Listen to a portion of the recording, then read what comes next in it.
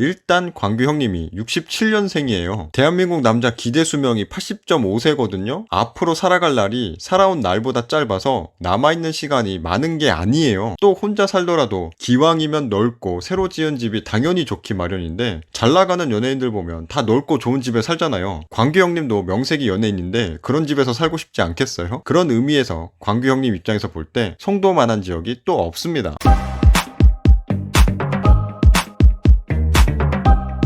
컴하이, 안녕하세요 시청자 여러분을 부자로 만들어드리고 싶은 건마입니다. 자, 인기 예능 나 혼자 산다에 김광규 형님이 드디어 집을 샀습니다.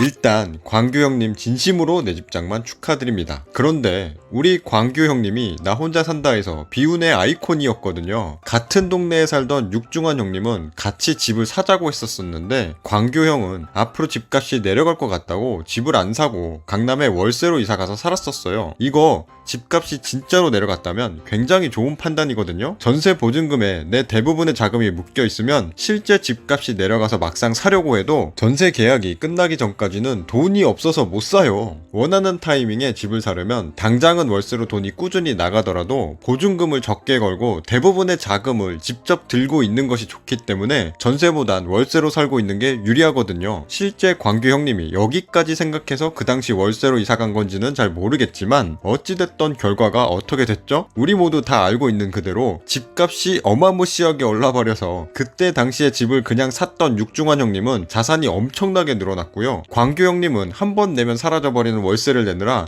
가지고 있던 자금까지 오히려 까먹게 됐어요. 이렇게 부동산 투자와는 원수를 졌던 광규 형님이 계속되는 대출 규제로 인해 부동산 거래가 절벽이 되고 실제 가격이 하락하는 단지도 계속해서 나오고 있는 이 상황에 코로나로 인해 그동안 엄청나게 풀어댔던 화폐를 빨아들이고자 미국의 금리 인상이 계속 예고되어 있고, 우리나라도 마찬가지로 금리를 계속해서 올릴 수밖에 없어 이자 부담 때문에 점점 더 대출이 어려워지는 게 확실시되는 이 상황에 이제서야 광규 형님이 집을 샀다는 소식을 들으니 순간 이러다가 이거 진짜로 집값 꿈물 아닌가? 라는 생각이 들게 되는데요. 단기간에 너무 많이 오르면 떨어지는 폭도 큰데 안 하던 사람까지 나서서 투자하는 시기가 바로 거품이 꺼지는 시기거든요. 그 유명한 비트코인이 8천만원까지 올랐을 때 이제는 1억 넘어간다고 그동안은 가상화폐 쳐다도 안 보던 사람들까지 엄청나게 가상화폐 시장에 몰렸었는데요. 결국엔 쭉 떨어졌고요. 그 유명한 국민 주식인 삼성전자도 이제는 10만원은 그냥 넘길 거고 12만원, 13만원까지도 쭉쭉 갈 거라면서 온 국민이 새로 주식회사 만들고 삼성전자를 샀지만 어떻게 됐죠? 지금은 6만 전자가 돼버렸어요. 시간이 지나서 결국은 우상향하는 정말 좋은 투자처라고 해도 이처럼 계속해서 오르기만 하는 자산은 없기 때문에 끝까지 집을 안 사고 버티던 광규 형님마저 뒤늦게 집을 샀으니 집값도 이제 끝물인가? 라는 생각이 저절로 들게 될 수밖에요.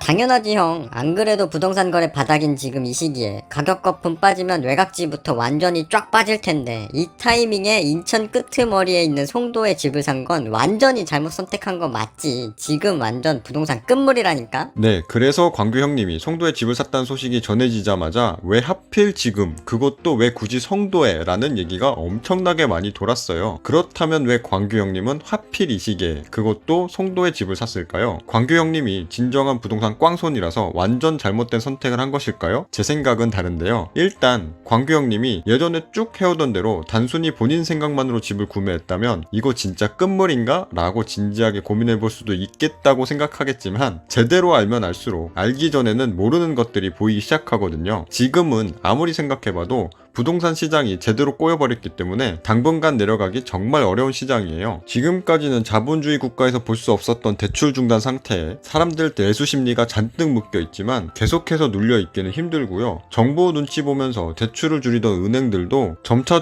본인들 수익이 줄어들자 이제는 못 참고 대출을 풀기 시작하고 있습니다. 거기다가 계속 이어진 다주택자 죽이기 정책과 현재 계약자만 보호해주고 신규 계약자는 사지로 내몰아버리는 임대차 3법 플러스 서울엔 2000년 이후 최저 신규 공급량까지 전세 간용 물량이 너무나도 줄어들어 버렸기 때문에 전세 가격도 계속해서 오를 전망인데요. 전세 가격이라도 안정되어 있어야 집을 안 사고 전세로 살면서 상황이라도 지켜보죠. 전세 가격마저 계속해서 오르면 전세로 버티려던 사람들까지 매수 수요로 돌아서게 돼서 집값이 상승하게 되는 거예요. 자, 저와는 생각이 다르고 집값이 이미 너무 올라버려서 더 이상은 오르지 못한다고 생각하더라도 집이 없으면은 결국 집을 사거나 전세를 살거나 월세를 살거나 셋 중에 하나는 해야 되거든요. 집값이 오르지 못한다고 생각하면 사람들이 너도 나도 집을 사려고 하지 않기 때문에 더더욱 월세보다 지출이 적은 전세로 수요가 몰리게 되고, 수요가 몰려 전세 물량이 부족해지게 되면 전세는 지금보다 훨씬 더 오를 수밖에 없습니다. 이렇게 전세가 귀해지게 되면 덩달아 월세 또한 계속해서 오르게 되는데, 이처럼 집값이 오르지 않는 시기라도 집을 사는 것이 훨씬 나은 선택이 되는 거고요. 무주택자라면 당연히 집을 사는 게 좋은 판단이 되는 겁니다. 게다가 직접 집을 구해보면 알겠지만 전세나 월세로 살다 보면 재계약 시기가 진짜 눈 깜짝하면 다가오거든요. 2년 겁나 빨리 지나가요. 그때마다 잔뜩 올라있는 전세금이나 월세 금액에 좌절하면서 집 알아보러 여기저기 알아봐야 되죠. 부동산 복비도 내야 되죠. 이사 비용도 지불해야 되죠. 이사했다고 땡이 아니라 옮겨진 집 일일이 다 정리해야 되죠. 관공서나 카드사, 배달 어플이나 쇼핑몰 사이트에 주소도 바뀐 주소로 일일이 다 바꿔야 되죠. 이사 다니는 것도 진짜 겁나 힘들어요. 이 힘든 걸 광규 형님 나이 먹고 계속 하라고? 광규 형님 입장에선 지금이라도 집을 산 게 완전 잘했다고 볼 수 있는 거예요. 아니 건마형, 그렇다고 해도 살 거면 다른 데 사지 왜 하필 인천 끄트머리에 있는 송도인데 집값 무너지면 이런 외곽에서 거품 잔뜩 낀 곳부터 무너지는 건데 완전히 잘못 고른 거 아님? 아 형들, 이것저것 다 따지면 집 절대 못 산다니까. 완전히 투자자 입장에서, 그것도 남은 시간이 많은 젊은 사람 입장에서 보면 송도보다 훨씬 더 안정적으로 훨씬 더 많은 수익을 볼 수 있는 다른 지역들이 많아 보여 송도를 선택한 게 실패한 투자 같아 보이지만, 일단 광규 형님이 67년생이에요. 대한민국 남자 기대 수명이 80.5세거든요. 앞으로 살아갈 날이 살아온 날보다 짧아서 남아있는 시간이 많은 게 아니에요. 조금 더 벌어보겠다고 몸테크하기에는 많이 늦었어요. 지금이라도 최대한 즐기면서 살아도 부족할지도 모른다니까요. 또 혼자 살더라도 기왕이면 넓고 새로 지은 집이 당연히 좋기 마련인데, 잘나가는 연예인들 보면 다 넓고 좋은 집에 살잖아요. 광규 형님도 명색이 연예인인데 그런 집에서 살고 싶지 않겠어요? 그런 의미에서 광규 형님 입장에서 볼 때 송도만한 지역이 또 없습니다. 지도상으로 볼 때야 송도가 서울 강남에서 멀기 때문에 살기 불편해 보이겠지만, 막상 평소에 살면서 강남에 나갈 일이 거의 없는 사람들도 많거든요. 송도에 가보면 최근에 지어진 계획도시답게 정말 잘 지어져 있고요. 본인 사업이나 생활 환경상 어쩔 수 없이 인천 지역 쪽에 계속 살아야 되는 사람들도 많은데, 이런 사람들은 근처에서 가장 살기 좋은 대장 지역으로 몰릴 수밖에 없거든요. 인천에서 대장은 누가 봐도 송도죠. 그에 비해 가격은 아직 동일 환경 수준치고 매우 저렴해서 GTX A 노선의 한쪽 끝인 동탄역은 9평 34평형 대장이 최근 14억에 거래됐고요. 그 근처 39평 대장의 신고가는 16억 8천만 원이에요. 다른 쪽 끝인 파주역 쪽으로 가보면 9평 대장 신고가가 9억 7천만 원인데요. 광규 형이 샀다고 알려져 있는 송도 힐스테이트 주상복합은 50평대가 9억이니까 말 다 했죠. 형, 아직까지 가격이 저렴한 데는 다 이유가 있는 거 아니야? 네, 가격이 아직까지 그 정도인 건 다 이유가 있는 거지만, 송도는 GTX B 노선이 예정되어 있는 데다가 주변 지역 다 새거라 깔끔하겠다,